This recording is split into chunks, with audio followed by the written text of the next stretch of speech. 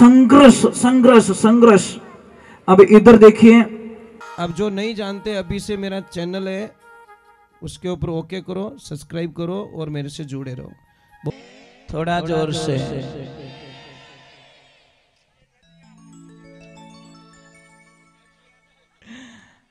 देखो मेल तो बराबर हो गया भाई, नदी तो है,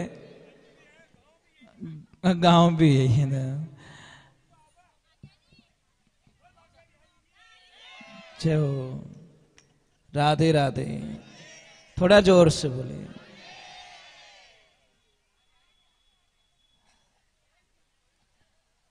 भगवान को कौन कहते हैं? भगवान आते नहीं, आगे तो सब जानते, हम मीरा के जैसे बुलाते नहीं। कौन कहते भगवान खाते नहीं, तो हम सबरी के जैसे खिलाते नहीं। कौन कहते भगवान सोते नहीं, यशोदा के जैसे सुलाते नहीं। अब देखिए ये छोटे छोटे बच्चे हैं, मतलब ये किरतार ने इनके रूप को देखिए। अब मतलब इनकी शक्ल हमको कभी नेगेटिविटी नहीं लगती, अच्छे ही लगते हैं। और एक बात और बोलूं आपको, बीमारी ठीक करने का इलाज बताऊं। कोई आदमी कितनी भी चिंता में बैठा है, उसकी गोद में ले जाके एक बच्चा छोड़ दो, वो एक बार तो कितनी समस्याओं से बाहर निकल जाएगा। क्योंकि छोटे बच्चे में इतनी एनर्जी, पॉजिटिविटी एनर्जी होती है, कितनी दुख दूर कर दी। यानी शक्ल में इतनी ताकत रिया करे टाबर। आपको पता है छोटे बच्चों में कितना अच्छा लगता है, कोई भी लेके चला जाता है बिना पूछे। कोई भी खेल रहा है, कोई भी उठाएगा, ये मुझे दे ना, मुझे दे ना, मुझे, बस भाव होने चाहिए। तो गोपियां प्रेम के सामने एक ध्यान रखना, प्रेम और ज्ञान दोनों साथ में नहीं चल सकते। शायद ज्ञानी पुरुष भगवान से दूर हो सकता है, पर प्रेमी भगवान से कभी दूर नहीं होता। थोड़ी आवाज बढ़ाओ, ये लाइफ में ध्यान रखे। इसीलिए ज्ञान क्या है? ज्ञान एक दीपक है, और दीपक को जलाइए, थोड़ा हवा का झोंका आएगा, दीपक बुझ जाएगा। और प्रेम एक मणि है, मणि को रखिए, कितनी भी हवा आने दो, उसकी लो वो बुझेगी नहीं। मणि कभी बुझती है क्या? राधे राधे, थोड़ा जोर से बोलो, राधे राधे राधे। क्या हुआ? हाँ, ये तो पता नहीं, कृष्णा जाने। मैंने ध्यान नहीं दिया, पता नहीं होगी, आज होगी कल होगी। थोड़ा तो था ही ध्यान रखो, होगा पूरी मैं ध्यान रखो तो है क्या? चलो कोई बात नहीं। हाँ चलो कोई बात नहीं, आज भी मान लो, कल भी मान लो, आपने तो मान लो। हाँ बस मानना चाहिए। और एकादशी का तो आप सबको पता ही है कि चावल उपयोग में नहीं लिया जाता, चावल नहीं खाने चाहिए। कल है। तो देखिए ज्ञान और प्रेम के बीच में उद्धव जी पराजित हो जाते हैं। उनको अहंकार था किस बात का? कि मैं इतना ज्ञानी पुरुष हूं कि मैं गोपियों को समझा लूंगा, वहां के लोगों को मैं समझा लूंगा। पर वो तो प्रेम के प्रतीक थे, इसलिए वहां पे ज्ञान का प्रभाव नहीं पड़ा और उनकी चले नहीं।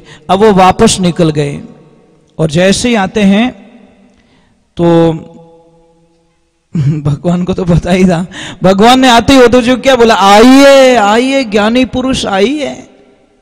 तो उद्धव जी को झटका लगा कि एक तो बटे मैं ऑलरेडी पराजित हो चुका हूं, और थाई तानो मारो मने, मतलब ऑलरेडी मैं वहां पे दुखी होके आया हूं कि मैं हार गया वहां पे, और आप भी आगे वही मौको रखो। एक तो भाई दी बुझाने की कोशिश करें था, पेट्रोल और डब्बो ने को तो भाई दिक्कत बुझी। तो भगवान ने उनको बोला कि 2 मिनट के लिए आंखें बंद करो। तो आंखें बंद की, 2 मिनट हुआ, बाद में बोले कि उद्धव जी आंखें खोलो वापस। और जैसी आंखें खोली क्या लीला मेरे प्रभु की।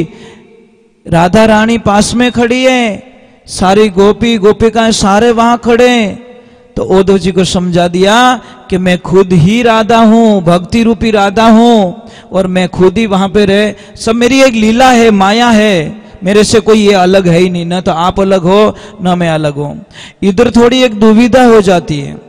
मैंने बोला ना, भगवान का जीवन शुरुआत से लेकर इस भागवत में आपको समझना चाहिए कि भगवान का जीवन शुरू से लगाकर एंड तक संघर्षमय जीवन जिया।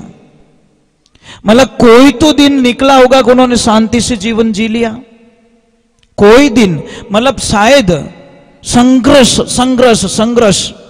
अब इधर देखिए,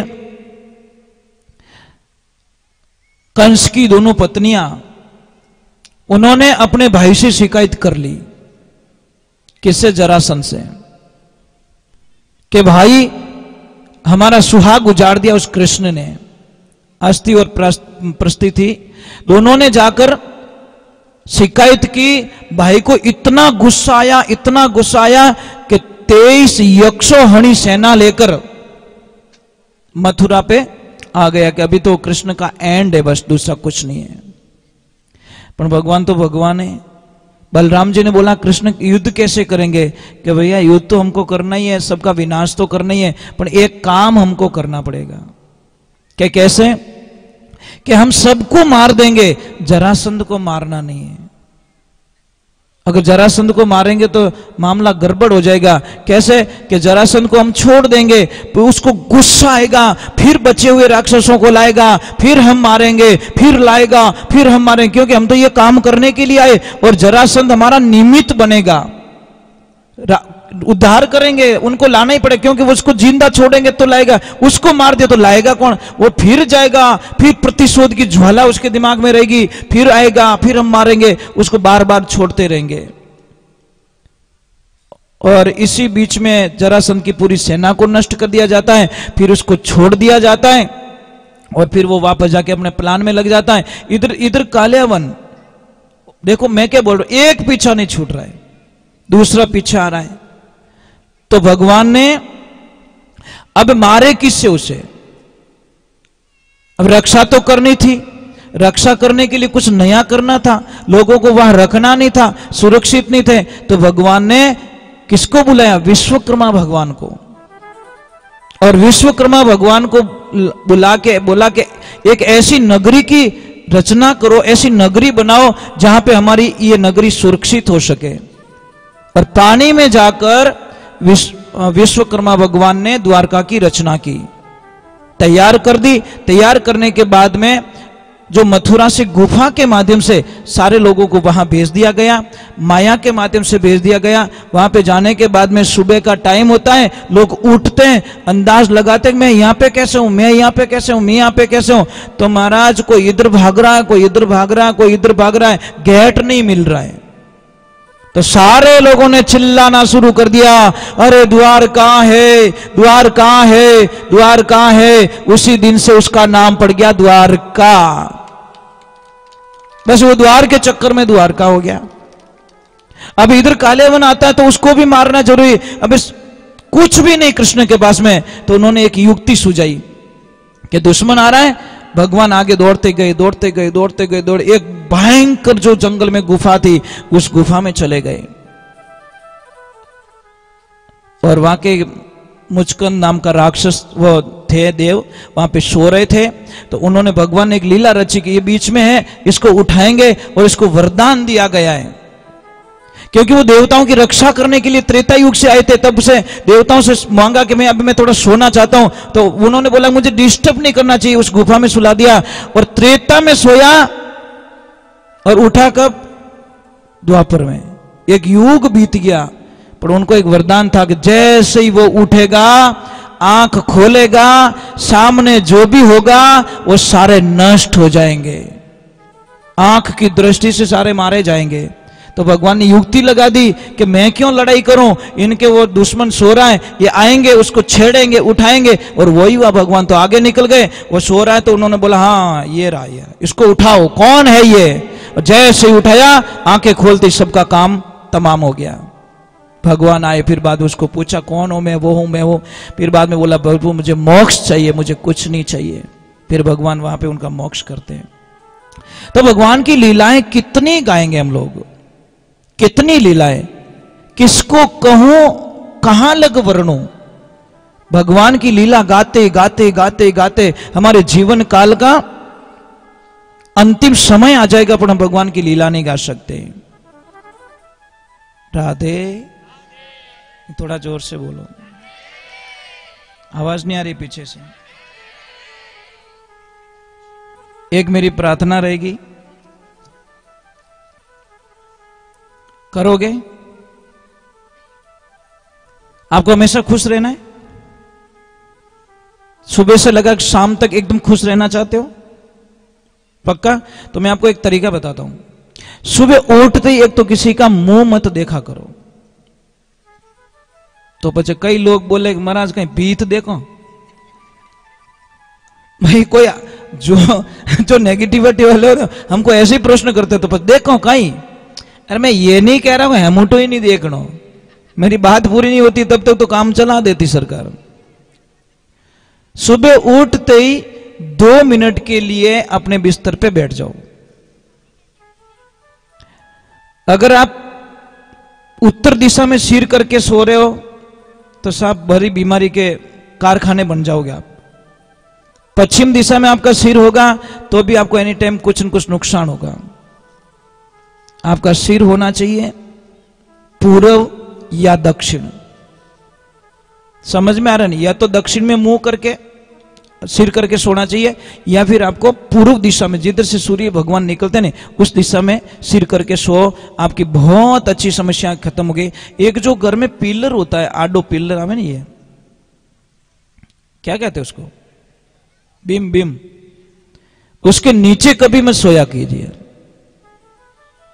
पलंग के नीचे कोई चीज नहीं होनी चाहिए, नहीं तो पति और पत्नी के बीच में एनी टाइम झगड़ा होता रहेगा। बजने वाली चीज बिल्कुल पलंग के नीचे अलाउ नहीं है, ये ध्यान रखना। हमारी आदतें क्या, वो बॉक्स वाला आ गया, कुछ कुछ भर देते उसमें। बच्चे के हमारे घर में शांति को नहीं, शांति को ही थारे शांत तो ही नहीं रहे, क्यों कितनी चीजें भरियोड़ी पलंग रे मायने। आप बिस्तर डाल सकते हो वहां से ज्यादा, परंतु पलंग के जो नीचे की जो साइड होती है वो एकदम नीट एंड क्लीन होनी चाहिए। जितनी पलंग नीचे से साफ सुथरा रहेगा उतनी ही घर में शांति रहेगी।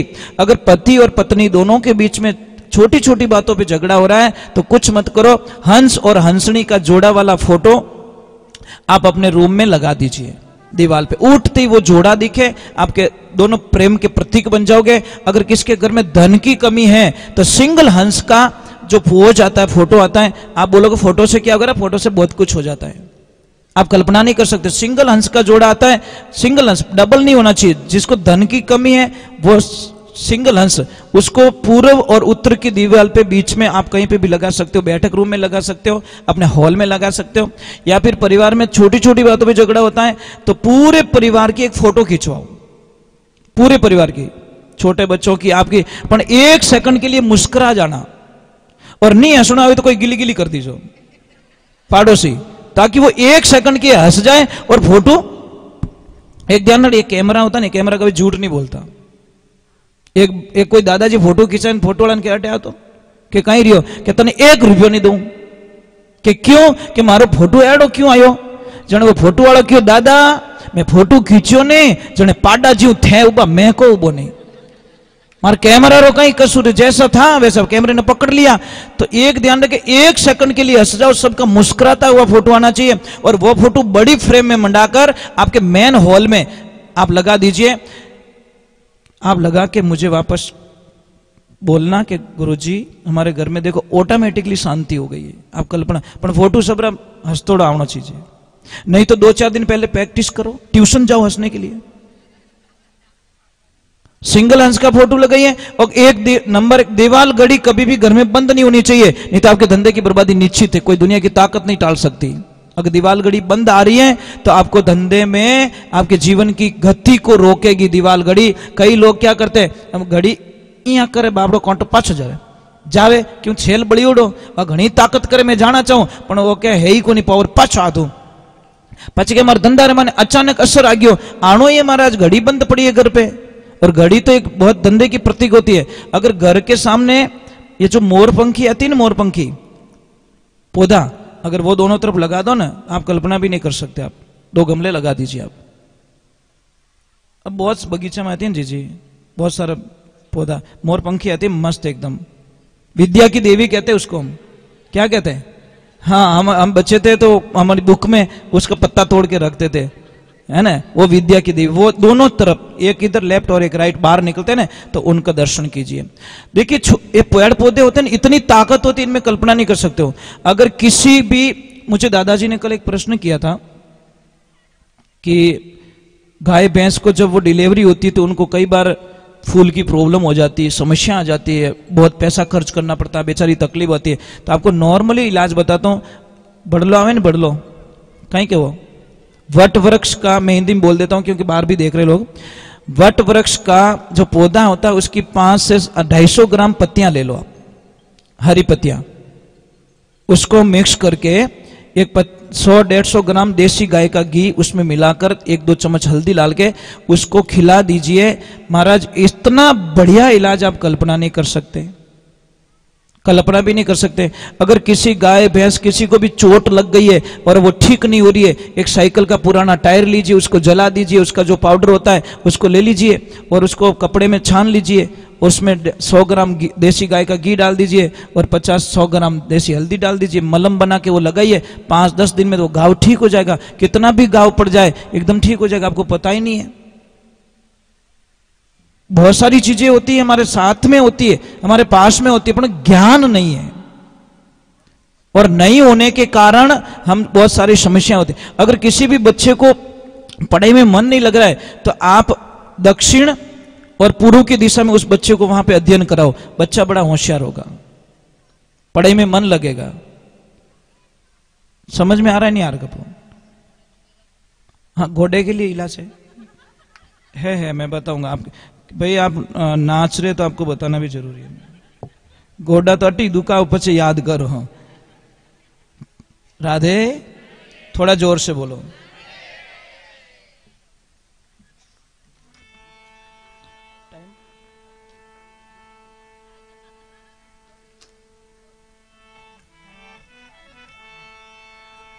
मेरे साथ में गाना है जब भगवान दिखते नहीं है तो भगत में क्या बीत रही देखो। बोलिए कृष्ण कन्हैया लाल।